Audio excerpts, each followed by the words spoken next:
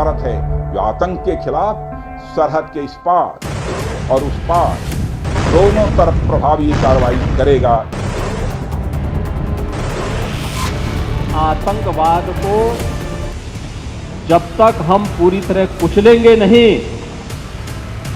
तब तक समस्या का समाधान होगा भी नहीं।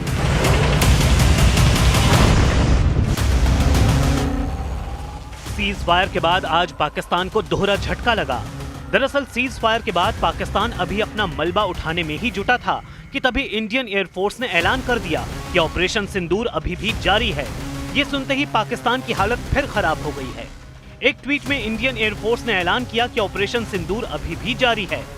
इस ट्वीट में वायुसेना ने यह भी बताया कि उसे ऑपरेशन सिंदूर में जो जिम्मेदारी मिली थी उसे वायुसेना ने बखूबी अंजाम दिया।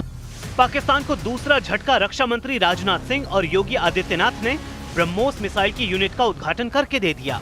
यानी कि भारत की जिस अचूक हथियार ने पाकिस्तान की कमर तोड़कर रख दी, उस ब्रह्मोस मिसाइल के प्रोडक्शन में ताबड़तोड़ तेजी आने वाली है।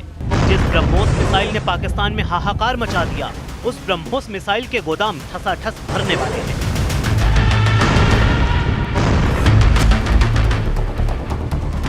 जिस मिसाइल की रफ्तार का पूरी दुनिया में कोई सानी नहीं, उस ब्रह्मोस अस्त्र का निर्माण अब यूपी की जमीन पर योगी सरकार में होगा।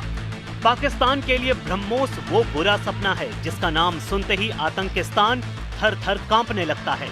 पाकिस्तान की शाहीन, गौरी, गजनवी और अब्दाली मिसाइलें भारत की जमीन को छू भी नहीं पाई और भारत की सुपरसोनिक क्रूज मिसाइल ब्रह्मोस समेत कई घातक मिसाइलों ने पाकिस्तान में तबाही मचा डाली। इसी ब्रह्मोस मिसाइल की एक प्रोडक्शन यूनिट का उद्घाटन आज यूपी की राजधानी लखनऊ में हुआ। लखनऊ के डिफेंस इंडस्ट्रियल कॉरिडोर में सुपरसोनिक क्रूज मिसाइल ब्रह्मोस की प्रोडक्शन यूनिट का वर्चुअल उद्घाटन रक्षा मंत्री राजनाथ सिंह ने किया, जबकि मुख्यमंत्री योगी आदित्यनाथ ब्रह्मोस यूनिट में मौजूद थे और उन्होंने भी रक्षा मंत्री के साथ इस परियोजना का उद्घाटन किया। नई ब्रह्मोस मिसाइल प्रोडक्शन यूनिट की ये तस्वीरें पाकिस्तान की नींद हराम करने वाली हैं, क्योंकि पाकिस्तान और उसके साथी देश चीन, अजरबैजान और तुर्की के पास भी ब्रह्मोस का कोई तोड़ नहीं है। इसलिए पूरी दुनिया ब्रह्मोस को अमोघ अस्त्र मानती है। प्रोडक्शन यूनिट के उद्घाटन के मौके पर सीएम योगी ने भी ब्रह्मोस की ताकत का बखान करते हुए कहा कि पूरी दुनिया ने ऑपरेशन सिंदूर के दौरान ब्रह्मोस का पराक्रम देखा। अगर नहीं देखा तो पाकिस्तान के लोगों से ब्रह्मोस मिसाइल की ताकत के बारे में पूछ लीजिए।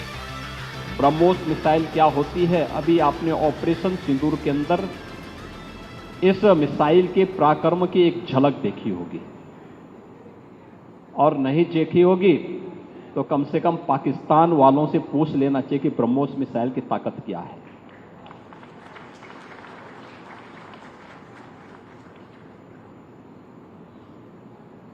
आतंकवाद के प्रति प्रधानमंत्री जी ने घोषणा की है कि कोई भी आतंकी घटना अब युद्ध जैसा होगा। और याद करना,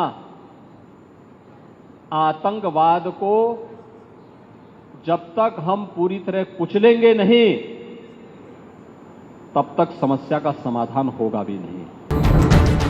वहीं रक्षा मंत्री राजनाथ सिंह ने ब्रह्मोस प्रोडक्शन यूनिट का उद्घाटन करते हुए कहा कि ब्रह्मोस सिर्फ एक हथियार नहीं बल्कि अपने आप में मैसेज है। ये प्रतिरोधक क्षमता का मैसेज है। रक्षा मंत्री ने कहा कि ये सिर्फ एक फैक्ट्री का उद्घाटन नहीं बल्कि भारत की आत्मरक्षा के क्षेत्र में बड़ी उपलब्धि है। ब्रह्मोस दुनिया के सबसे तेज सुपरसोनिक क्रूज मिसाइल्स में से एक है। ब्रह्मोस सिर्फ एक हथियार नहीं है बल्कि यह अपने आप में एक मैसेज है। मैसेज हमारी आर्म्ड फोर्सेस के स्ट्रेंथ का है। मैसेज दुश्मन के प्रति हमारी डेटरेंस का है, प्रतिरोधक क्षमता का है। मैसेज हमारी बॉर्डर्स की सेफ गार्डिंग के हमारी प्रतिबद्धता का है। लखनऊ के डिफेंस इंडस्ट्रियल कॉरिडोर में ब्रह्मोस मिसाइल की कुल 7 प्रोडक्शन यूनिट लगाई गई हैं। इस यूनिट में हर साल 80 से 100 ब्रह्मोस मिसाइलों का उत्पादन होगा। इसके अलावा 100 से 150 अगली पीढ़ी की मिसाइलों का भी प्रोडक्शन होने की संभावना है। ब्रह्मोस प्रोडक्शन यूनिट 300 करोड़ रुपए की लागत से तैयार की गई है। इसके लिए सीएम योगी ने लखनऊ में 80 हेक्टेयर जमीन मुफ्त में उपलब्ध कराई थी। इस यूनिट में प्रोडक्शन का लक्ष्य 2026 में रखा गया था, लेकिन योगी सरकार में ये यूनिट 1 साल पहले यानी 2025 में ही बनकर तैयार हो गई। ब्रह्मोस को अमोघ अस्त्र इसलिए कहा जाता है क्योंकि ये दुनिया की सबसे तेज सुपरसोनिक क्रूज मिसाइल है। इसकी रफ्तार ध्वनि की गति से करीब 3 गुना ज्यादा मैक 2.8 है। ब्रह्मोस की मारक क्षमता 290 से 400 किलोमीटर तक है। BrahMos missile fire and forget तकनीक पर काम करती है। इसमें दुश्मन के रडार से बचकर सटीक निशाना लगाने की काबिलियत है। ये मल्टी प्लेटफॉर्म मिसाइल है जिसे जमीन, हवा और समुद्र से लॉन्च किया जा सकता है।